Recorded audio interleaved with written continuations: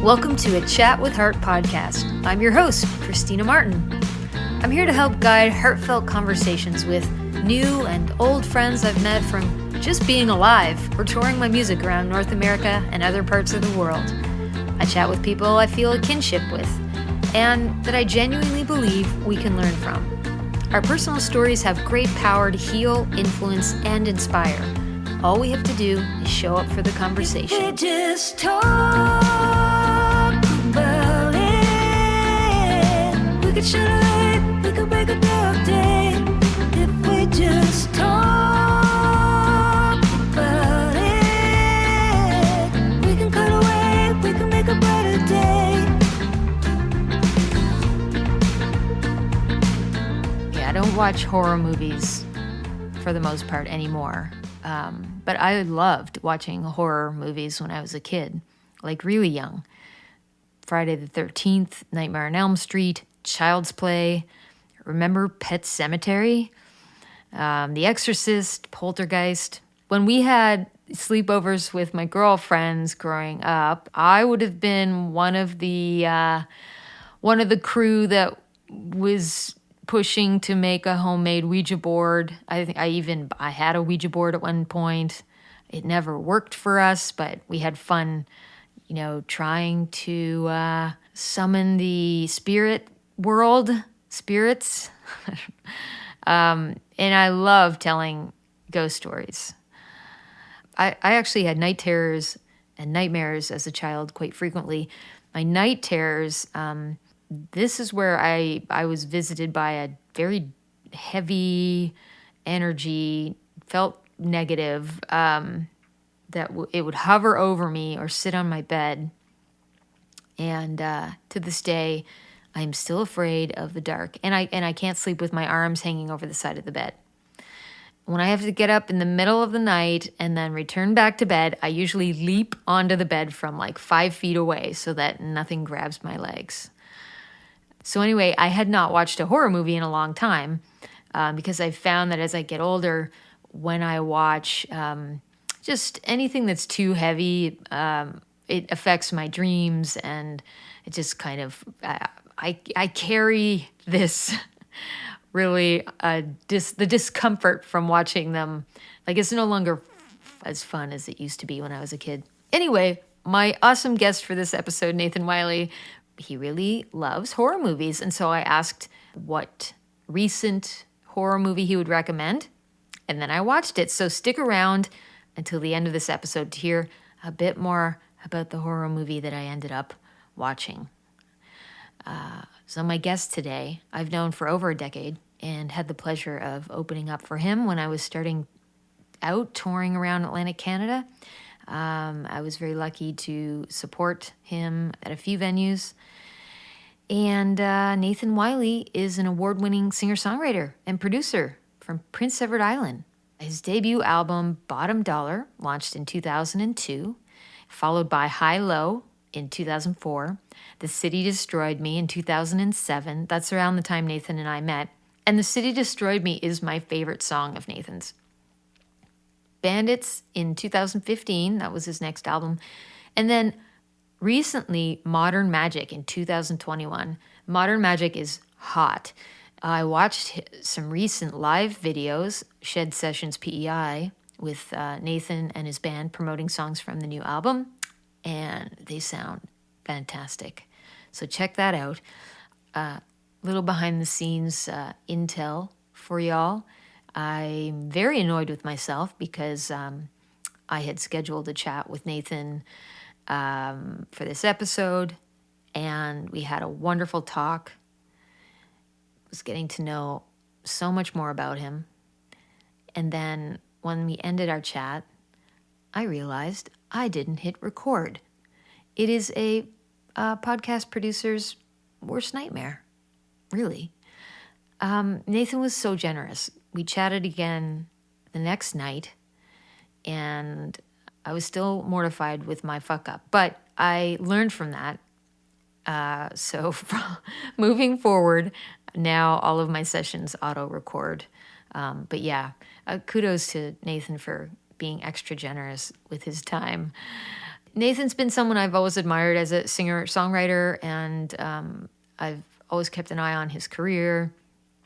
And my husband, Dale, who is editing this podcast, he's a producer, audio engineer, brilliant musician, spent a lot of time with Nathan touring across Canada.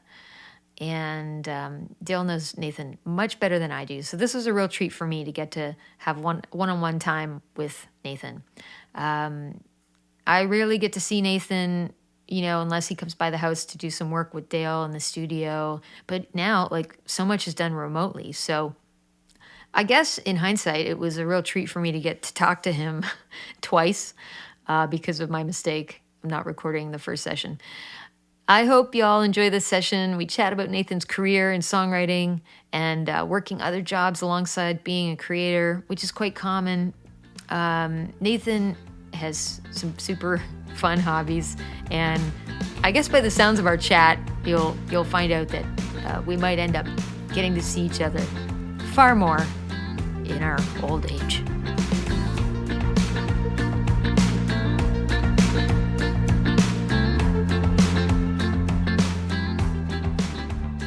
I heard recording in process, so that's a good sign. Has something like that happened where you were just like, I can't believe that fucking happened?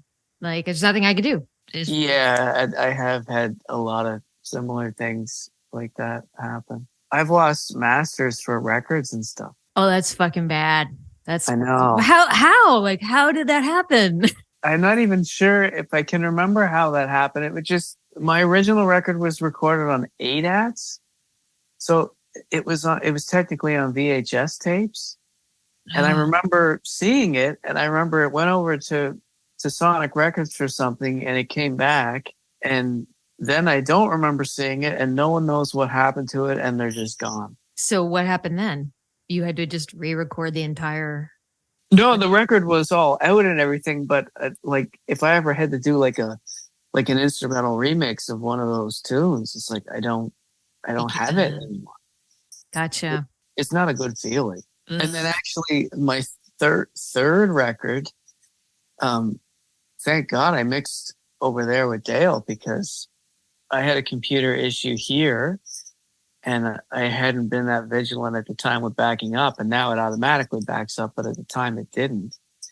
And I lost a ton of work on my third record, but thankfully I emailed Dale and he said, no, I have it all here. So Nathan, you're a lot of things. You're an award-winning singer-songwriter. Just say yes after I say all these things. Yes. You're a producer of music. Yes. You were in a surf band at a younger age. I was, yeah. You've toured across North America. Yeah. You have had many different side gigs to kind of help sustain the life that you want. Yeah. I used to have this mentality that if I didn't do my music full time, I couldn't call myself successful or like a professional. And I now believe that's total bullshit. I don't know. Maybe that was just something I told myself to keep going. And I had the energy to hustle. And, but yeah, I've definitely, changed my attitude about it. And I have a side gig right now that's helped me immensely. And I love it. I mean, is that something you've always had to have, is another job on the, to help you just have a career in the arts? For the most part, there's a good 10-year run there where I did music almost exclusively. I did a few little things on the side, but nothing major. It was definitely music was the big push. And I just kind of get tired of that. I find it really hard to get the right balance between creative work and I guess what I would call real work. But when I did music full time, it was just so irregular, and I don't really do well with that. I find I respond more to some kind of structure. Did you find that it fucked with your mental health? It did, because there'd be, you go out for a week, or you go and do some recording, and then you come home and you'd have nothing to do for 2 weeks, and I would feel kind of guilty when I had downtime. Like, well, I should be doing something, but I don't know. It's just, I didn't really know what to do with myself. And then when I would be busy, I would feel like I was too busy. It was just like, it just seemed like it was always an all or nothing thing. I know it's a team. It was probably a team effort, but you were as the artist relying on your agent and your management to get you the gigs that were going to pay you. Was that must have had an extra element of nerve-wrackingness? Yeah, definitely. And at the time, I mean, I never feel like I completely know what I'm doing when it comes to music. But back when I started, I really felt like I had no idea what was going on or who was doing what. Or it was just like, just tell me where to stand and play, and I'll do that, I guess. It's something that a lot of artists dream of, is having a killer team. I think you did. I think you had one of the best in Canada. Definitely, and yeah. it just goes to show like how you make fantastic music. You're a super talented singer-songwriter, make great videos. You're great on stage. Your connection with the audience, I think, is great. I think maybe people don't understand how much sometimes it doesn't matter how good you are and how great a team you are. Like, there's so much against you sometimes, like in terms of, making a hit that's you can write off of for the rest of your career or whatever. Oh, definitely, yeah. It's so much of that, like you said, really has nothing to do with how talented you are or how good your record is. It's just, and it seems to be more so like that as time goes on. I mean, all these great records are being made these days, and just nobody's paying any attention, and they're being forgotten after a week. It's sad. In order to not get down about it all, my mentality is, remember why you do this. Remember, like, it's your calling.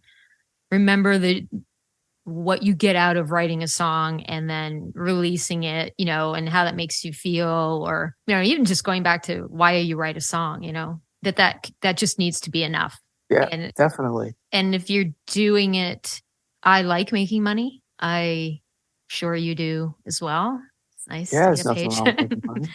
If you rely on that, like, for your happiness and your joy, using that as a measure of my success, like, it's not been good for my mental health, I suppose. But I think that's what separates the artists from the entertainers, is the artists have to do that thing and have a real creative reason for doing that. And the entertainers are trying to make a living, period. They'll shape whatever they're doing to whatever they think is going to get them there. I've never been able to do that. I wouldn't even know how to begin to do that. And I would be miserable doing that. So, and I don't think there's anything wrong with it. It's just not for me.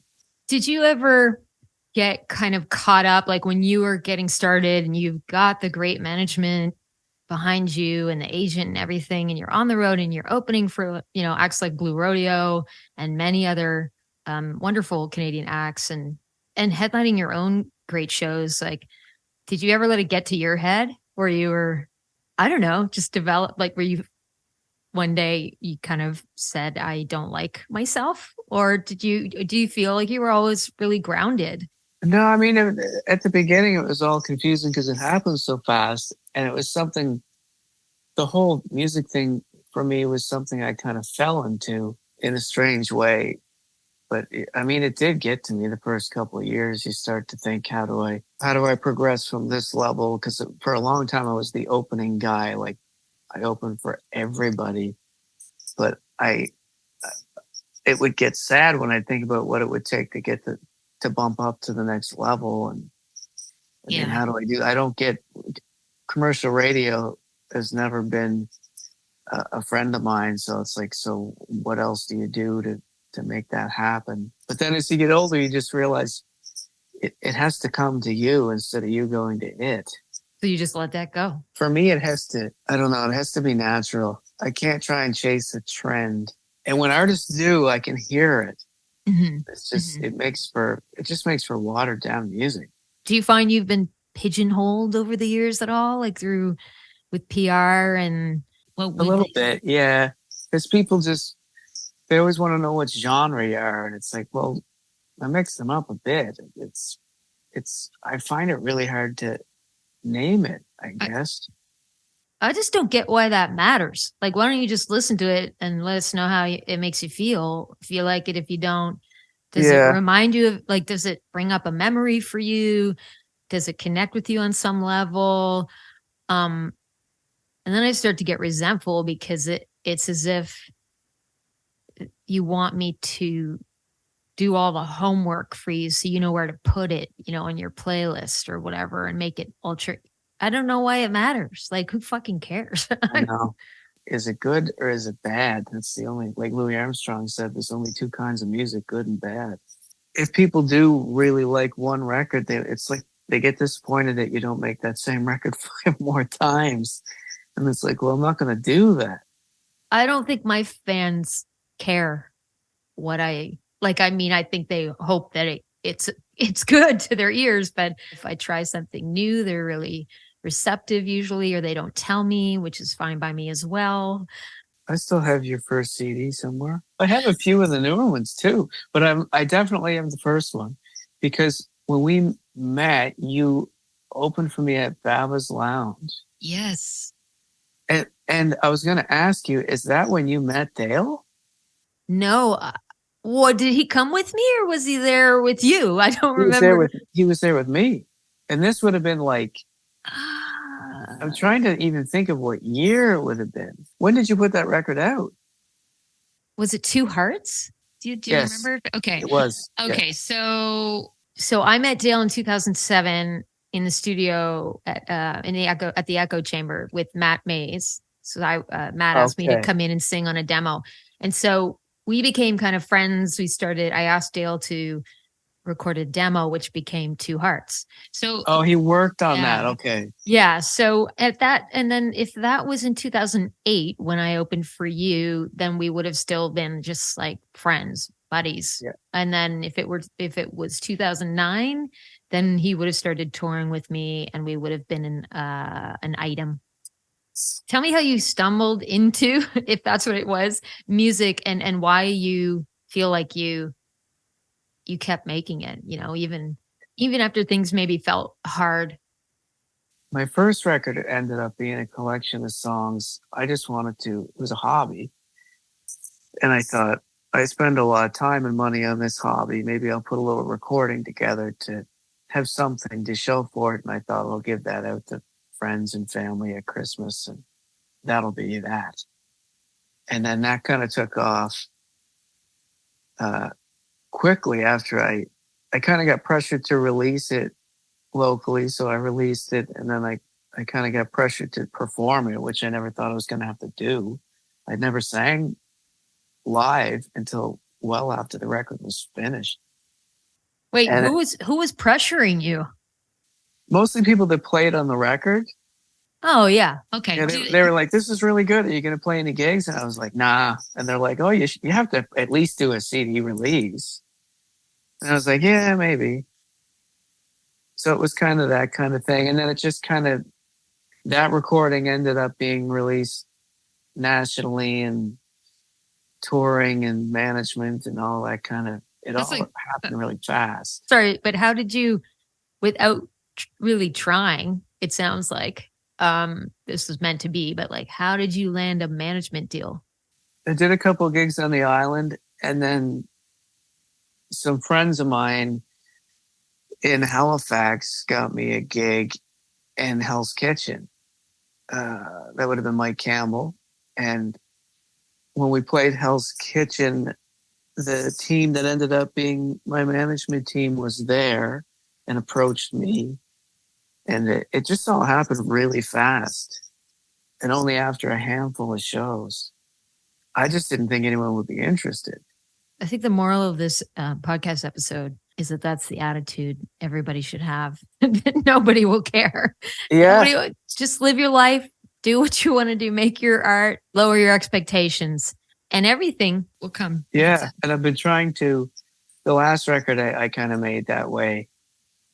I was very stubborn about making it my way and trying not to picture anyone hearing it or who's going to like it or who's not going to like it. I didn't think about any of that. it just takes the headiness away from it all, if you just quiet everything down and open up Exactly. and daydream. And Because even the recording process for the last record, I didn't know it wasn't like, okay, I'm making a record. It was, I'm going to record with some friends and this might not be anything. Like I told them, I'm going to throw you a few bucks. This might be a demo. This might end up somewhere someday, but like, let's just see what happens. So it was nice and loose and there was no pressure and you weren't watching the clock or thinking about a record. It wasn't until a few months later where I kind of decided I got enough good stuff here to put something out. Zero expectations. Let everybody know that it may never happen. Yeah. There's no fear of the unknowns, I suppose, when you do it that way. Well, anyway, it worked out. I think we need to dive into the things that people may not know about you. That's all right. Of course. Well, you tell me one thing that you think most people don't know about you. Is that I'm not that serious. Everyone thinks I'm so serious. Dale doesn't. Dale does not. No, think Dale you're doesn't, serious. but he knows me. People that don't know me think I'm so serious and miserable because I guess they're just listening to songs and like he's very serious and it's like, no, I'm really not. It's just that's a song. It's not, most of them are not even about me. Have you ever gone through a misery state? Oh, definitely. I've been mildly miserable for about 30 years. Okay. I'm not like suicidal and heavy and deep. It's just a comically miserable. From your creepy Instagram posts, I always thought you had a great sense of humor. I don't know. Are you a collector because a lot of your it looks like you spend a lot of time in like secondhand shops just looking for creepy shit. Oh yeah, I'm a collector. Yeah, I own a lot of DVDs, a lot of weird toys and stuff like that. I love that stuff. Did you ever end up buying that silicone baby on Facebook Marketplace? Do you know? No, yes, I know exactly what you mean. Oh, it was terrifying. That was so fucking gross. I did not buy that. I was more shocked that was the thing that was being sold on the second-hand market. Would you have bought that had it been available in local like vintage or secondhand shop? No, I'm not that much of a collector that I need a fake baby. So what's a weird toy you've got? Yeah. Just a lot of weird toys that I had when I was a kid. You know what I really want? And I've always wanted, and is on my to buy list for sure. I want a ventriloquist dummy. Okay. Have you tried Etsy? I am gonna seriously track one down one of these days. Preferably like a vintage, creepy looking one. What about one that looks slightly like you? Like that would be cool. Or yeah. Dale. Oh man, that would be great. I think I used to talk to about this with Dale because I've wanted one for years. I can't remember his reaction. I'll ask him. I'll ask him later. It would be so useful. Like you could open your shows with the ventriloquist act. Totally, yeah. You could do a bunch of stupid jokes for 10 minutes and then go into a song. People would love it, I think. Some people would, and then others would be very confused. Well, isn't art supposed to mildly confuse people at times, or at least get them thinking? Horror movies, you love them? You've always loved them from a young age? I've always loved them since I was a kid, yeah. Love being scared. What's a recent horror movie that you think everybody should go out and watch? I'll watch it. I don't want to, but I will. It all depends on what people like for horror movies, but for me, the best one of the last few years was Hereditary. Dale and I don't have anything planned other than Carol Burnett tonight. So I'm going to watch that. And then when we edit this, I'm going to give my full review during the intro or the outro. But I got to tell you, I don't watch horror movies anymore because they affect my sleep, and then my day is kind of ruined the next day. Like I start to believe that I'm in it. And I don't know, it just has this like lingering effect, like a hangover the next day. If I watch even like The Walking Dead or it's just really dark stuff, like I'm so much more sensitive now than I was when I was a little kid. Like I could watch horror movies, and I did when I was quite young. I'm saying like 6 years old, 7 years old. So what you're saying is I'm ruining your night and your day tomorrow. Yeah, but I'm up for doing things that scare me sometimes. So, And it might not scare you because I've heard other people, I've mentioned that movie to other people and they said, oh, that wasn't scary at all. There's so many subgenres of horror now and everybody likes something different. if you had to be a murderer from a horror movie, who would it be and why? It'd be Michael Myers just because he's the creepiest and he doesn't talk. I think the creepiest ones don't talk. Like Freddy's always cracking jokes. And I like Freddy, it's fine, but it makes it less scary when you're cracking jokes. Oh, I don't like Freddy at all. Yeah, I see. That's why I picked Jason. Who also doesn't speak. That's right. And I do not go in lake water because of Jason. A huge impact on my life. Do you think horror movies have had an impact on your music?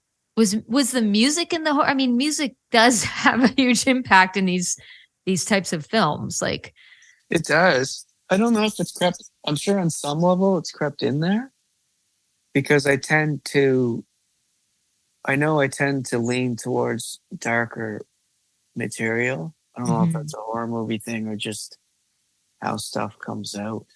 I don't know. Happiness is not an emotion that I feel like writing about, I guess.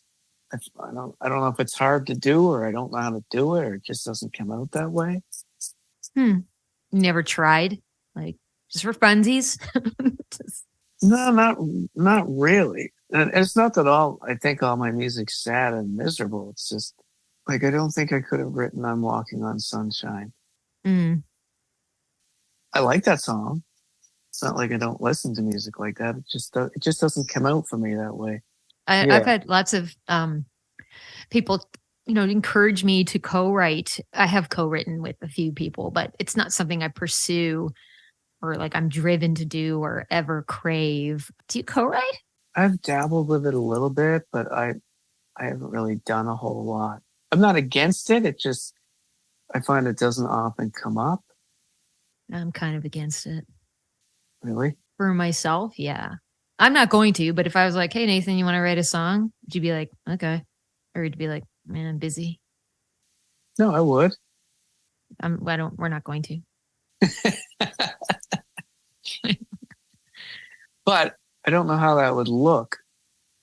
To me, when I've done that before, I always have something. And I'm like, this is something I already have and it's not finished. What do you throw something on that? I don't think I could do from scratch. And I get stuck a lot.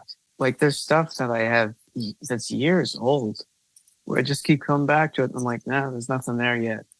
And then every once in a while you'll pull something out that's 4 or 5 years old and all of a sudden then it'll be there. I go through big dry periods where there's just not really anything happening. And it's the same with working in the studio, I find. It's when I'm doing it, it's all I'm doing. And then when I finish a project, I won't go back there for months. And I know that some songwriters really respond to that. You know, like, I'm doing a challenge and you write every morning or you write 4 songs a week. And it's just like, yeah, I could do that, but it would all be bad. For me, you end up with something compromised where it's like, this probably would have been better if I had more time. It wasn't ready to come out of the oven, but it had to be done by this. And then I end up not happy with it. And Yeah. yeah. Do you read about writing? Do you read other authors who write and about or does that not interest you at all? I read a bit about it. It is interesting to hear other people's techniques and approaches because I find it interesting that it's so different for everybody. It really is a different animal for all different kinds of writers, not just songwriters, but people writing books, people writing theses and all that stuff. I probably read too much about what like other people's processes of writing, and I should probably spend that time just writing myself. Do you ever dream about writing? I don't dream about writing, but I have these very interesting dreams that do turn into songs. Like sometimes they'll be like, it's almost like watching a music video where the some lyrics will like I can hear the music and the melody. I'm watching like a music video. Sometimes I'm in it, like playing a part, and it's very dreamlike. And the wardrobe's amazing, and the hair and makeup, and um, the smoke and mirrors. It's all there, but just like not an entire song. And then I'll get up and it felt so real and emotional, and then I'll work on the song. And a couple times that's happened, the songs came quite quickly. Like I knew when I woke up, well, this is something that, one time I actually woke up and I thought it was a song that I grew up with listening to, and that I might be plagiarizing it. But I hope that's not the case. The song's now out and there's a music video for it. But have you dreamt about writing or? Yeah, like a similar thing, but I can never remember them. Sometimes I can remember the gist, but it's usually I'll play a melody or something on a dream guitar in my head, and I'll think this is the best thing ever, and then I'll wake up, I'll be like, wait, how did that go? But I usually can't get it back, and it really isn't anything anyway. It's hard to say. In those cases, I had to get up right away and write it down or hum it into my phone and then start working on it that day. Like I sometimes feel guilty because I'm not writing, not getting up and doing my morning pages, which is how I started writing. Songwriting was, with the Artist Way, Julia Cameron, and the Artist Dates, and kind of developing a discipline and routine that for many, many years I did uphold.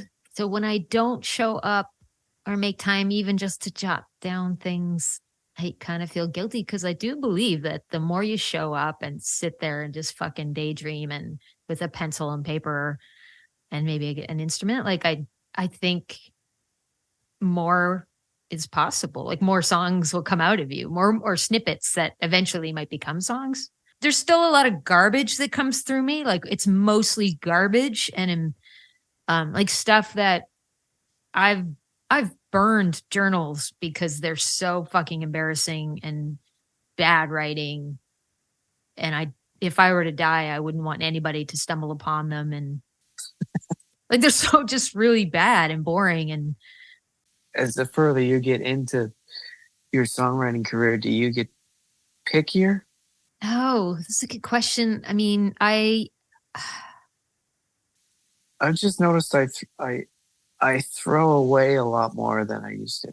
Yeah, I'm quicker to throw things away, and definitely I remove a lot more, like a lot more words, like and a lot of and filler stuff. I'll try to strip it back as much as I can.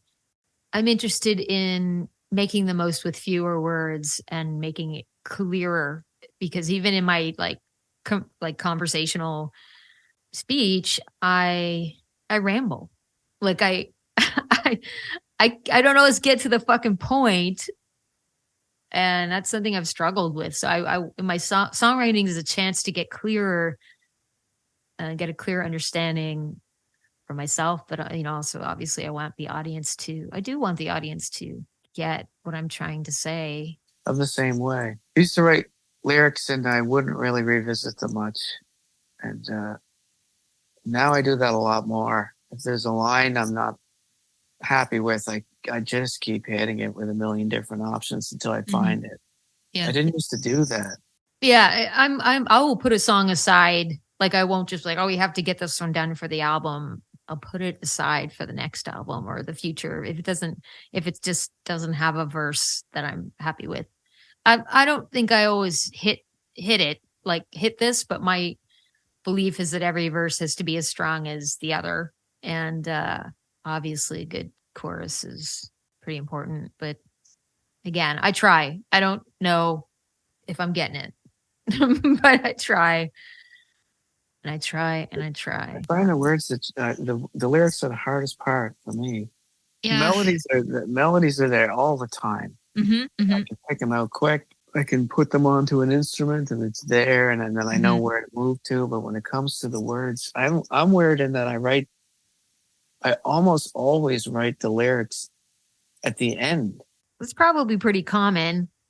I know Dale feels the same way about like I keep asking him and other people ask him, when are you gonna write another album? And he just is like, I don't want to write the lyrics. And I'm like, well, I'll write the lyrics like with your voice and try to pretend I'm you in mind. And so we might work on that. But I'm also trying to encourage him because I know he can write his own lyrics.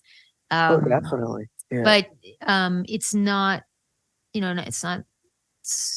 doesn't love doing that. He loves the melodies and the music, and that stuff comes easier to him, and he loves recording. And I think that's why the practicing of writing and like journaling and that as a routine, the more you do that, the more likely the words will flow. I have to work extra hard at that as well. What do you want to do when you grow up? God, I've never known. And I don't feel grown up. I thought adulthood would be much different. It's going to be this way for the rest of your. What about the idea of a commune with like a cool apartment complex with all the people you really like from your past, like growing really old with them and coming down to like a rec room at night and playing games for an hour? Would that be would that be appealing to you? Yeah, I think it would. Why are you signing people up for this now? I know it's not going to happen, but we've got so many wonderful friends like spread out all over the place. What are the chances they would all, listen to me and come together in like one apartment complex? And I highly doubt that's going to happen. I just think it would be a lot of fun, and I would help make it fun. It would be fun. And by the time we get to that age, it might be a necessity by that point. Yeah. I would make sure there was like a recording studio in the building. We'd have our own little community theater. What else would we have? The newsletter. We need a newsletter. Yeah, definitely a newsletter. We definitely have competitions. Haiku night. That'll be good. I worry about getting older and not being able to, do things, but singing bothers me. When you hear about people getting older and they lose their voice, that frightens me. We can make a dying plan for you in this community that I'm putting together if you want. Like we can, Sure. And we'll have all the in-house folks, physiotherapists and massage therapists and doctors. They'll be in-house. So whatever happens, we'll make your experience painless. That sounds all right. It sounds like it's getting expensive, but it sounds all right. Yeah, it's going to be fucking expensive.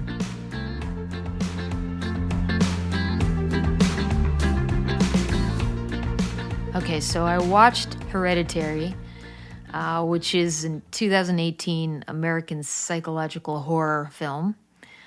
It was written and directed by Ari Aster.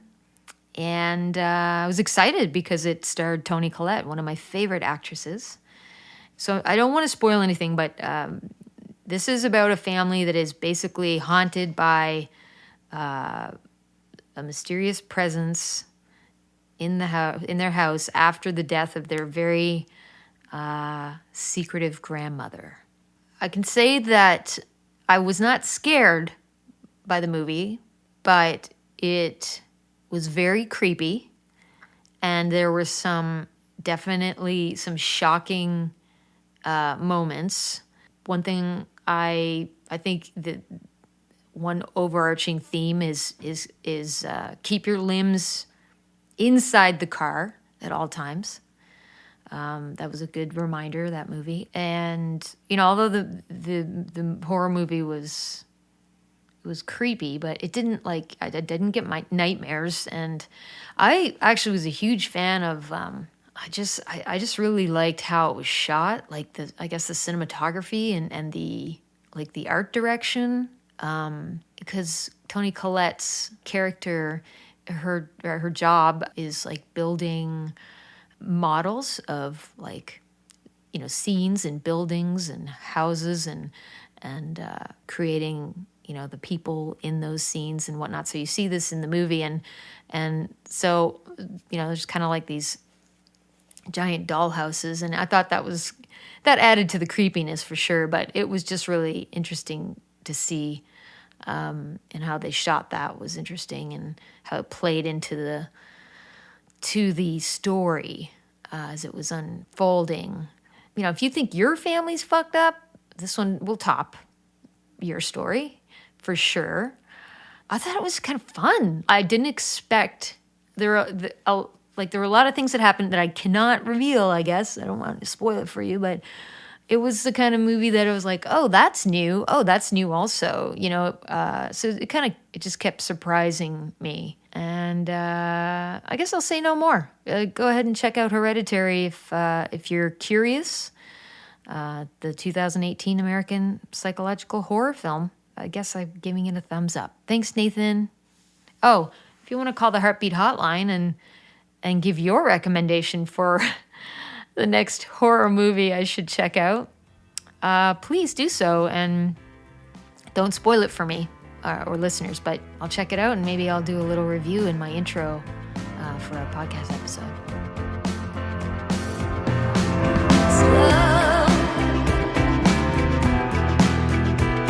I don't want to say goodbye to you. Oh, I don't want to say goodbye to you. Thanks for listening to A Chat with Heart podcast, produced and written by me, Christina Martin, and co-produced and engineered by Dale Murray. Check out Dale's website, dalemurray.ca. The podcast theme song, Talk About It, and I Don't Want to Say Goodbye to You were written by me and recorded by Dale Murray. You can find my music on Bandcamp and all the places you stream music. Visit my Patreon page to become a monthly or yearly supporter of this podcast and my music endeavors. If you're new to Patreon, it's a membership platform that helps creators get paid. Sign up at patreon.com/Christina Martin. I would love it if you had time to share, rate, leave a review, and subscribe to A Chat with Heart on all the places you listen to podcasts. Wishing you, my little heartbeats, a great day.